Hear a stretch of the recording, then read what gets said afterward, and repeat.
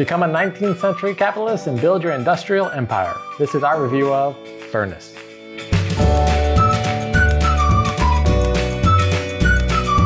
Furnace is an auction bidding game where players bid on cards to generate money for their industrial empire, and I couldn't get enough of it.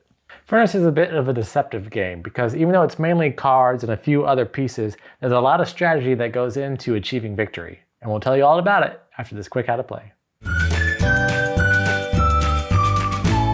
The game is played over 4 rounds, with each round having 2 phases, the auction phase and the production phase. At the beginning of the auction phase, cards are drawn from the deck and laid out so that players can bid on them. Each player has a set of 4 discs numbered 1 through 4, and each player takes turns placing discs on cards that they want. If a player has the highest numbered disc, they win that card. If there are other discs on the card that did not win, they will be compensated by that card. During the production phase, players simultaneously play their cards in the order of their choosing. The cards will provide resources and offer opportunities for the players to earn money. The ordering of the cards is very important. Players repeat the process for 4 rounds, and at the end of the 4th round, the player with the most money wins. I saw this game posted a lot on social media, and the thing that always caught my attention was the box art. I just really love the clean off-white box and the striking abstract image in the center. I wasn't really sure what to think. I did kind of like it because it looked very like steampunky or just, I mean, it is industrial, so I get it. When the pieces came out, I was like, okay, very, very minimalist style, so I wanted to see what it was all about. There's not a whole lot to the game. It's mainly just a card game and then you have some resources. But like I said at the top, that's a little deceptive because there is a lot of strategy that goes on. During the auction phase, you have to figure out, do I want to gain the card or do I want to try to get compensated by the card? And both of those strategies require a lot of thinking. And then when you get to production, you got to organize them in a way so that you can get all of your resources and still be able to gain a lot of money because money is what wins in this game. So there's a lot of thinking even though there aren't a lot of pieces. Not a big table presence, but a big mind presence.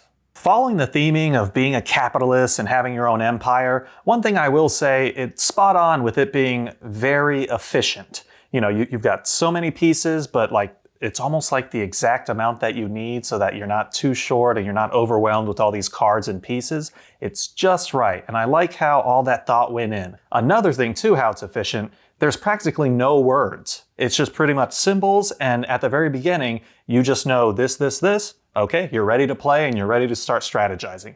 This game has 2 phases, the auction phase and the production phase. And during the auction phase is when there's a lot of player interaction. It's an auction bidding game. So you have the cards laid out and everyone's placing their disc and it's kind of like, ooh, it's interesting. I wasn't expecting Lee to go for that card, but now I got to think, why is he going for that card? Should I try to block him? Should I just get compensated by it? So there's a lot of player interaction. But once you get into the production phase, it's simultaneous play. Everyone can play their cards all at the same time, and whatever Lee does doesn't affect me. Whatever the other players do doesn't affect me. Whatever I do doesn't affect other players. So it really becomes a strictly solo game at that point. It's just all thinking of, all right, which card do I play when? Do I play when? And then once you figure it out, okay, I went through my whole production phase, I got this much money. How much you get? How much you get? And then you move on to the auction phase again. So it's kind of an interesting game where in phase 1, a lot of player interaction. In phase 2, hardly any player interaction. So I really like the 2 different dynamics of those 2 phases. Personally, while we were playing, I felt like 4 rounds was too short. But now that I think about it, I can kind of see that if maybe it was 5 or 6, people would be like, oh, we're doing the same thing over and over again, like, ugh. So maybe 4 is that sweet spot because it left me wanting to play more, but I can see how if it went further, maybe other people just be like,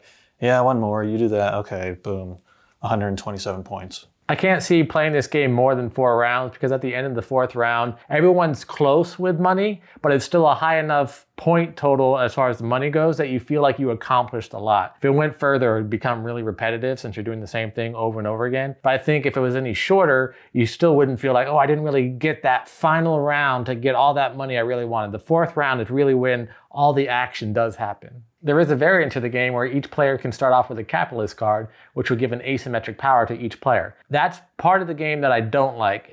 I like the asymmetric power, I like being able to do things, but the capitalist cards that are with the base game are so unbalanced that one player has an advantage over the other one. Certain actions are just too strong depending on the game and the luck of the draw with the cards that are presented. So I like the idea of the asymmetric powers and each player being able to do their own thing. I just don't like the ones that are presented in the game because they're so unbalanced with each of the other cards.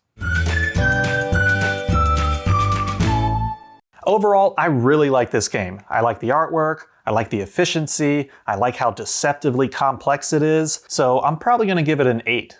Overall, I really enjoyed this game. I also like how deceptive the game is because it is super complicated, even though it's a small game. I do like that one round there's a lot of player interaction, and I like that one round there's not a whole lot of player interaction. And I really like that the game can go quickly and still be pretty complicated. So overall, I'm also going to give the game an 8.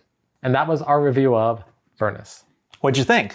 Do you think you have what it takes to come out on top of this industrial revolution? Let us know in the comments below. And if you're enjoying our content, please like this video, subscribe to our channel. Until next time, I'm Lee. I'm Kenny. I go party like a board gamer.